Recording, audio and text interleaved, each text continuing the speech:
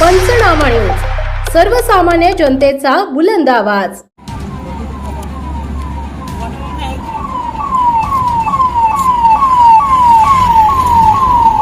धुळे सुरत महामार्गावर दुचाकी व कारचा भीषण अपघात, शिक्षक गंभीर जखमी।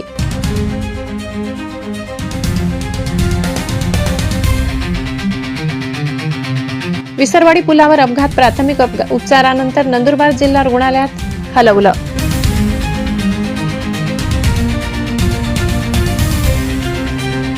घराच्या महामार्गावर असताना शिक्षकावर भीषण अपघात, गावातीलच आपत्तीची सावली।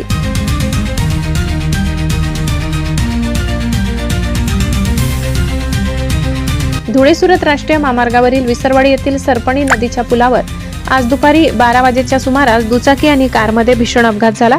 या अपघातात दुचाकीस्वार चंद्रकांत मराठे गंभीर जखमी झाले। चंद्रकांत मराठे सोनखाम येथील आश्रमशाळेत शिक्षक म्हणून कार्यरत आहेत। ते आपल्या दुचाकी क्रमांक MH39B 7783 वरून घरी परतत होते। अपघाताच्या वेळी मागून भरधाव वेगाने आलेल्या कार क्रमांक GJ21BC 0898 ने त्यांच्या दुचाकीला जोरदार धडक दिली। धडकेमुळे मराठे रस्त्यावर फेकले गेले। त्यांच्या डोक्याला, पायाला गंभीर दुखापत झाली।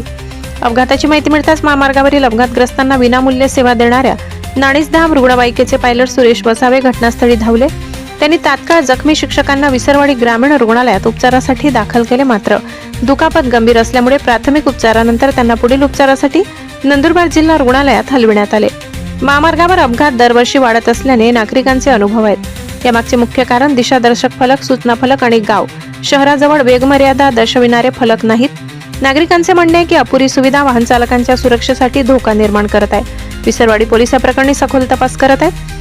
पोलिसांनी अपघाताच्या साक्षीदारांची माहिती गोळा केली असून अपघाताची खरी कारणे शोधण्याचा प्रयत्न सुरू आहे। स्थानिक रहिवाशांचे म्हणणे आहे, महामार्गावरील अपघात टाळण्यासाठी फलकांची योग्य स्थिती, वेगमर्यादा पाळणे, नागरिकांना सतत सावधगिरीचा सल्ला देणे आवश्यक आहे। शिवाय अपघातग्रस्तांना तातडीने वैद्यकीय मदत मिळवून देणे महत्त्वाचे आहे। नागरिकांनी प्रशासनाकडे वेगळ्या सुधारणा करण्याची मागणी केली आहे। त्यामुळे भविष्यातील अपघात टाळता येऊ शकतात।